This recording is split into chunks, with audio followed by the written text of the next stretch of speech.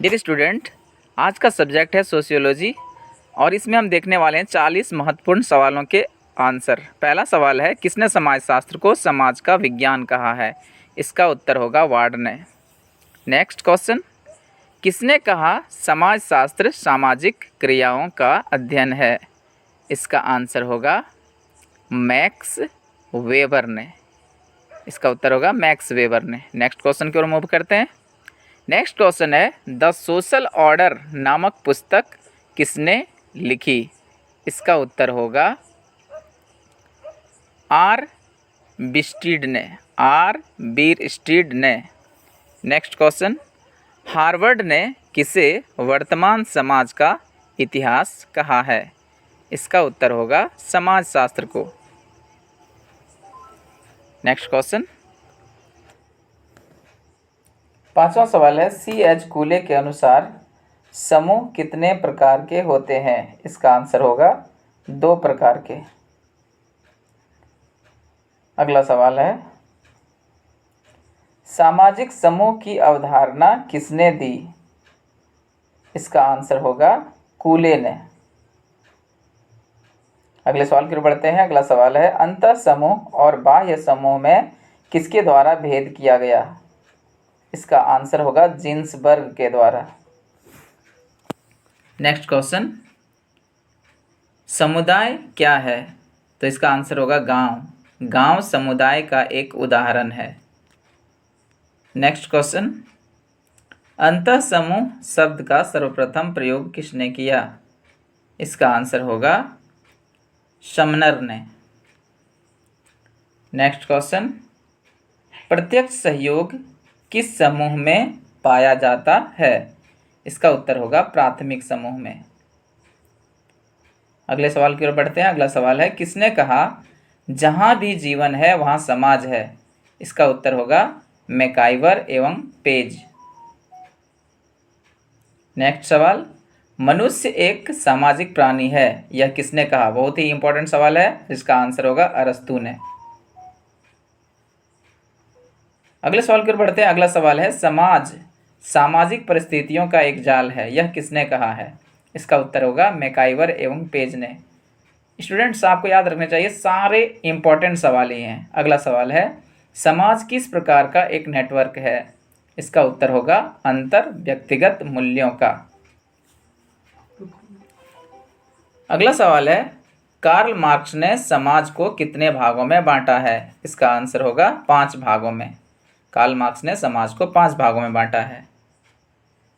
अगला सवाल, समाज की प्रकृति कैसी होती है?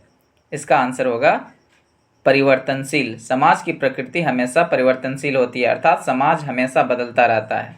अगला सवाल है, समाजशास्त्र का जनक किसे कहा जाता है? ये बहुत ही इंपॉर्टेंट सवाल है और इसका आंसर होगा ऑगस्टस कॉम्टे। इन्हें समाजशास्त्र का जनक भी कहा जाता है। अगला सवाल, समाजशास्त्र की स्थापना किस वर्ष हुई थी? ये भी बहुत ही इंपॉर्टेंट सवाल है। इसका आंसर होगा सन 1838 ईस्वी में समाजशास्त्र की स्थापना हुई थी। अगला सवाल है, प्रत्यक्षवाद की अवधारणा किसने दी? इसका आंसर होगा प्रत्यक्षवाद की अवधारणा ऑगस्टस कॉम्टे ने ही दी थी।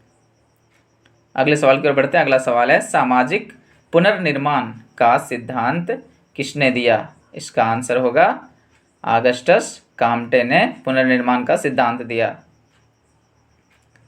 हमारा अगला सवाल है, सर्वप्रथम किसने सोशल कंट्रोल पद का प्रयोग किया? इसका उत्तर होगा सर्वप्रथम सोशल कंट्रोल पद का प्रयोग रॉस ने किया था। नेक्स्ट क्वेश्चन, अनेक हित के लिए कुछ नियमन ही सामाजिक नियंत्रण है, यह कथन किसका है? इसका उत्तर होगा हीलर का। हीलर का यह कथन है।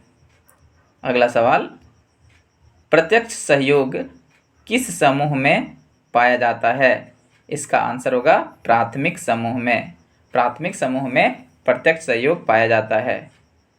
अगले सवाल की ओर बढ़ते हैं। आज का अगला सवाल है, प्राथमिक समूह की अवधारणा किस समाजशास्त्री ने दी है? इसका आंसर होगा समाजशास्त्री डेविस ने। नेक्स्ट क्वेश्चन, नातेदारी के कितने प्रकार होते हैं? मोस्ट इंपॉर्टेंट सवाल है और इसका आंसर होगा 2। नातेदारी 2 प्रकार के होते हैं। अगले सवाल की ओर बढ़ते हैं। अगला सवाल है हिंदू विवाह अधिनियम, ये मोस्ट इंपॉर्टेंट क्वेश्चन में से एक है। हिंदू विवाह अधिनियम कब पारित हुआ? इसका उत्तर होगा सन 1955 में। अगला सवाल है जीपी मर्डोक के अनुसार नातेदारी के कितने प्रकार होते हैं? जीपी मर्डोक के अनुसार नातेदारी के 33 प्रकार होते हैं। अगला सवाल है परिवार सामाजिक नियंत्रण की कैसी संस्था है? परिवार सामाजिक नियंत्रण की कैसी संस्था है? इसका आंसर होगा सार्वभौमिक संस्था। अगला सवाल है नागा, भील तथा गोंड ये जनजातियां हैं। नागा, भील तथा गोंड जनजातियों में कौन सा विवाह प्रचलित है? इसका आंसर होगा हरण विवाह। इसका आंसर होगा हरण विवाह।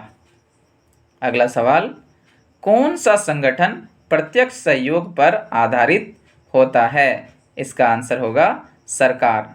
सरकार एक ऐसा संगठन है जो प्रत्यक्ष सहयोग पर आधारित है। अगले सवाल की ओर बढ़ते हैं। अगला सवाल है औद्योगिक क्रांति सबसे पहले किस देश में हुई थी? मोस्ट इंपॉर्टेंट सवाल और इसका आंसर होगा इंग्लैंड में। इंग्लैंड में सर्वप्रथम औद्योगिक क्रांति हुई थी। अगले सवाल की ओर बढ़ते हैं। अगला सवाल है भारतीय अर्थव्यवस्था किस प्रकार की अर्थव्यवस्था है? ये भी बहुत इंपॉर्टेंट सवाल है और इसका आंसर होगा मिश्रित अर्थव्यवस्था। हम आपके लिए सारे मोस्ट इंपॉर्टेंट क्वेश्चन का सिलेक्शन करते हैं। अगले सवाल की ओर बढ़ते हैं। अगला सवाल है बाजार किस प्रकार की संस्था है? इसका आंसर होगा बाजार एक आर्थिक संस्था है। किस प्रकार की संस्था है? आर्थिक संस्था है। अगले सवाल की ओर बढ़ें। अगला सवाल है राज्य की उत्पत्ति के आनुवांशिक सिद्धांत के प्रवर्तक कौन है? राज्य की उत्पत्ति के आनुवांशिक सिद्धांत के प्रवर्तक कौन है? और इसका आंसर होगा लिकॉक। अगला सवाल है मेरा ऑगस्टस काम्टे ने समाजशास्त्र का नाम सर्वप्रथम क्या रखा था? इसका आंसर होगा सामाजिक भौतिकी। इसका आंसर होगा सामाजिक भौतिकी। आज का अगला सवाल है ऑगस्टस काम्टे किस देश के निवासी थे? ये भी बहुत ही इंपॉर्टेंट सवाल है, कई बार पूछे गए हैं एग्जाम में। इसका आंसर होगा फ्रांस के। आपको याद रखना चाहिए ऑगस्टस काम्टे समाजशास्त्र के जनक भी कहलाते हैं। नेक्स्ट क्वेश्चन है किसी राज्य के लिए कितने अनिवार्य तत्व होते हैं? इसका आंसर है 4। क्या क्या? पहला भूमि, दूसरी जनसंख्या, तीसरी सरकार और चौथी संप्रभुता। अगले सवाल की ओर मूव करते हैं। अगला सवाल है राज्य का सर्वप्रमुख मौलिक तत्व क्या है? 4 तत्वों में सबसे प्रमुख क्या होता है? इसका आंसर होगा जनसंख्या। अगले सवाल की ओर बढ़ते हैं। आज का अगला सवाल है राज्य उत्पत्ति का सबसे प्राचीन सिद्धांत क्या है? इसका आंसर होगा दैवी उत्पत्ति का सिद्धांत। डियर स्टूडेंट, हम यह वीडियो बहुत ही मेहनत से बनाते हैं आपके लिए, इसलिए मैं आपसे उम्मीद करता हूं कि आपके लिए सिर्फ इतना ही काम है कि आप चैनल को सब्सक्राइब करें। हम हर सब्जेक्ट